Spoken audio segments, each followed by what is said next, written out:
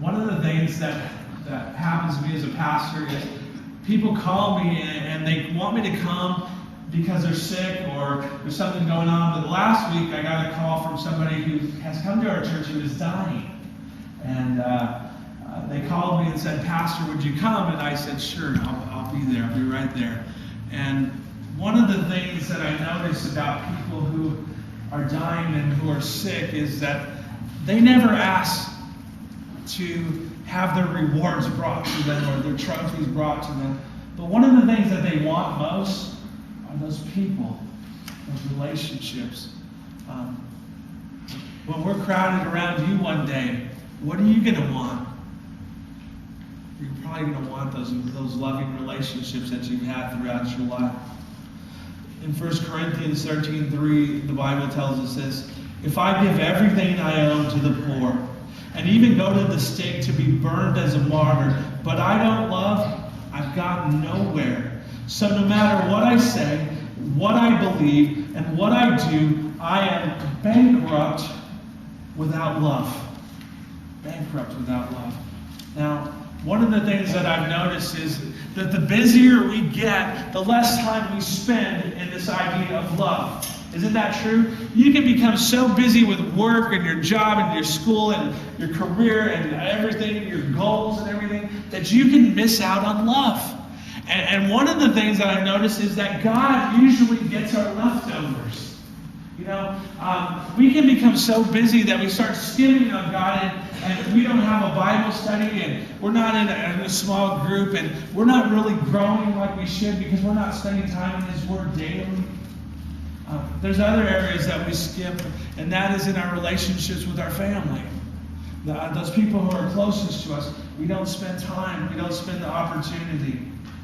Now, let me give you this. The second lyric of love that we can get from the Bible is this: the best way to show love is time.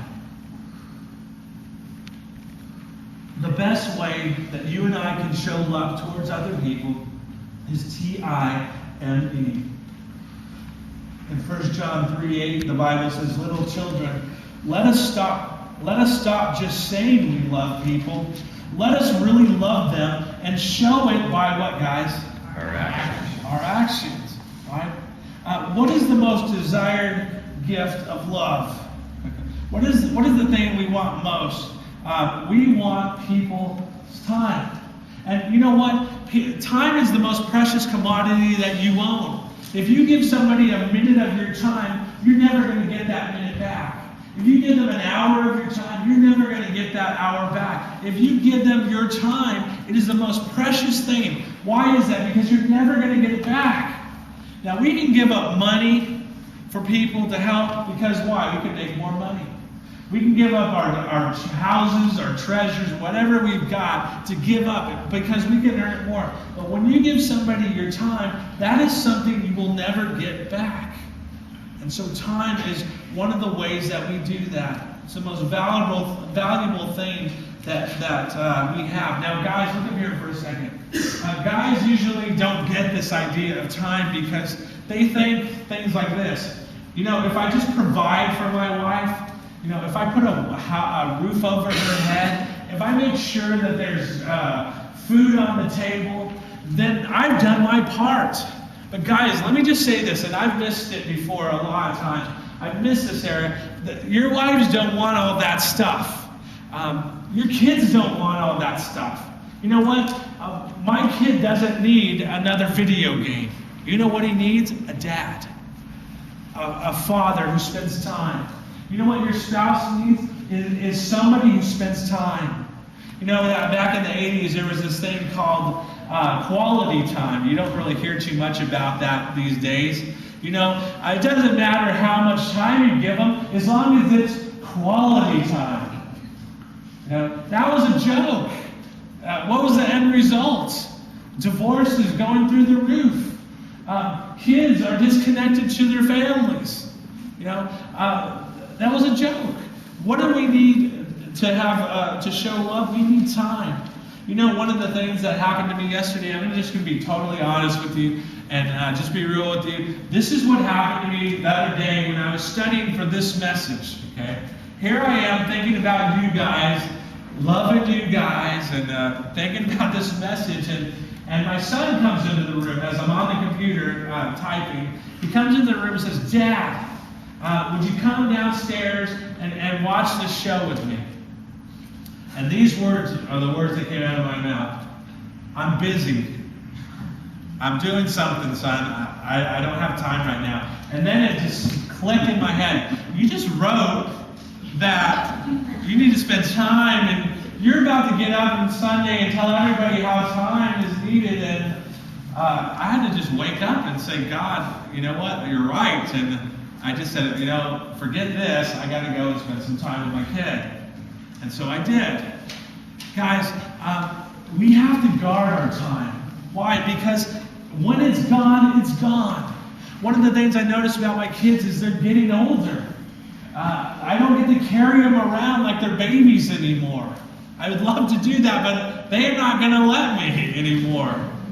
Right? I remember when I first became the pastor of the church, one day I was preaching and my daughter just busts through the doors, throws them right open, and runs down the middle of the aisle, and she's like, Daddy! And I picked her up and I was hugging her, and I was supposed to be preaching, and so I'm looking for somebody to take this kid. But you know what? They're not like that anymore. And they're changing right before our very eyes. We've got to learn to spend time with our family, with those we love the most. Now, I want you to notice this. In Galatians 5:6, we're going to read this out loud together, okay? Okay. Here we go. Let's read it. The only thing that counts is faith expressing itself through love.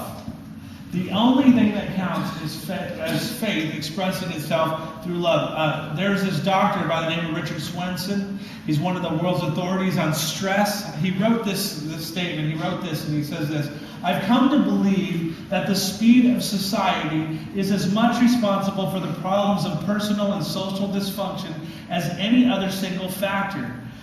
Virtually all our relationships are damaged by hurry. We're always in a hurry. Many families being starved to death by velocity. We walk fast, talk fast, eat fast, then announce, sorry, I gotta run. God, I suspect, doesn't fit any better into our breakneck schedules than our children do.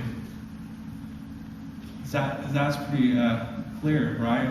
You guys got that? How do you spend time? I'm going to give you 2 suggestions, okay? And these are suggestions that I have to practice in my own life, so I will share them with you. 2 suggestions. Turn off the television and turn off the computer. Turn off the television and turn off the computer. Now, I want you to get this, because there's some statistics that go along with this. The average American will do this.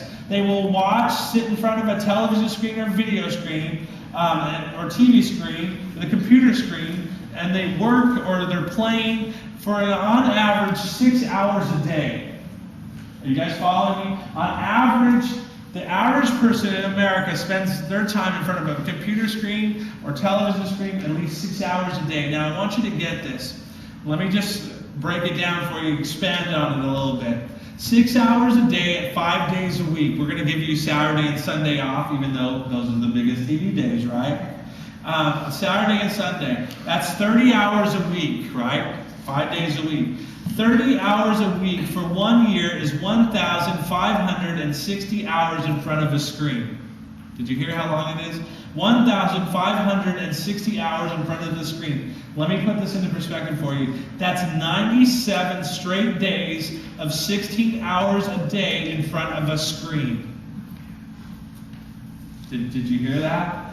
97 straight days of 16 hours a day in front of a screen. It's no wonder that our relationships are struggling. Now, I've said this before, but if you've ever watched a Friends rerun, you guys have watched Friends, that show Friends, right? It always amazes me when people sit down to watch Friends and they don't have any friends. Right? They're watching other people live life. It's kind of like the reality show, right? Fear Factor, or whatever you want to say. Survivor, right? Where you got to eat some bugs. They're going on these wild adventures, and here we are sitting on our rear at home eating chips, watching people live their life. Get a life.